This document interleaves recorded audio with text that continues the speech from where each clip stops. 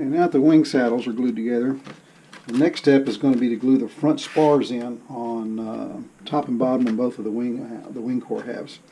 You're going to find four 80 thousandths fiberglass spars, 21 inches long, which are for the front spars. And we're going to do the front spars on each wing half before we join the wing halves. These are simple to install. I'm going to use one of these box cutter knives. I get these at Harbor Freight because I get the blades. A pack of blades is real cheap, and it's important to have a sharp knife when you do this so you don't tear the foam. In fact, make sure before you start cutting these that if you have to peel some of it off, make sure your knife can easily slide through the foam because we've got to cut a slot. Mark back 1 inch from the tip of the leading edge. Make and draw your line perpendicular, so get you like a protractor and draw it perpendicular. Same thing, 1 inch on the tip out here, 1 inch back, because that's where we're going to mark. Between those two lines there is where we're going to install this front spar. Now, this front spar fits in like that, and what this is designed for is a small mount, which I've got for the Predator V4, which is my favorite camper right now. That could obviously change. Or I've got one also available for the Fox Sierra CCD. If you're going to use a different, bigger camera, which I don't really recommend, make sure that you cut this spar appropriately.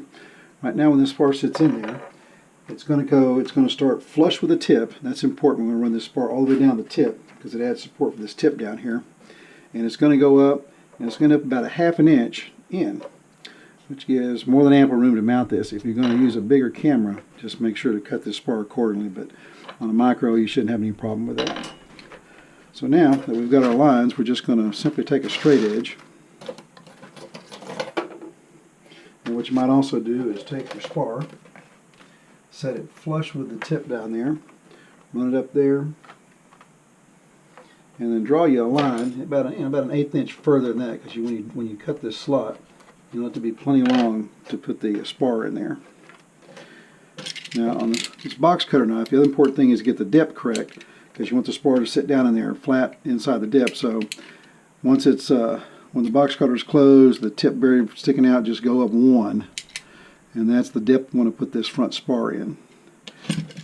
Take a straight edge, just line it up on the marks. Oops, there's the camera. Line it up on the marks, and you might come off of the marks about a 1/16 of an inch or so, just to allow, because what you want to do is this part here, you want this to fit flush down on there.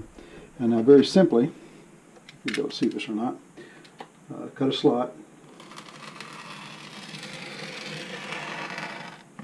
going right up to your mark. I always like to do it twice.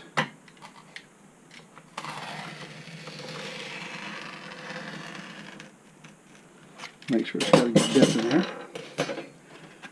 So next, we're going to put the CA in the slot, and just make sure that you cut the slot longer than the spar. Okay, so you're not fighting it. You really don't need to test fit it because that'll just kind of push the foam in, and you'll have kind of jack up the foam when you pull it back out. The CA will be a pretty good lubricant to put it in. Now we're just going to take the CA, run a bead of CA in there.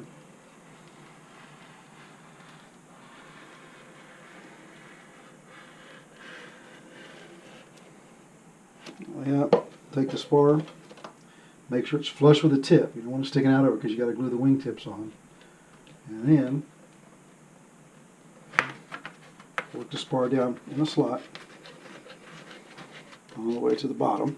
Okay. Well, now take your CA once that's in there, run you another bead on the top of it. Again, I'm using a stick fast medium CA. It's got a little bit of a setup time, so it takes a little bit of time to harden. Once that one's in there, now we can take our kicker, this will be down the top of it, weight the wings down in the core, okay, and then once these are in there flush, and then just pull the foam together as that CA kicks off. What it'll do is it'll lock in that spar and it'll pull the foam. It'll make for a nice neat line. Now, give that a few minutes to harden, flip it over, do the other side, and then do the other half of the wing core.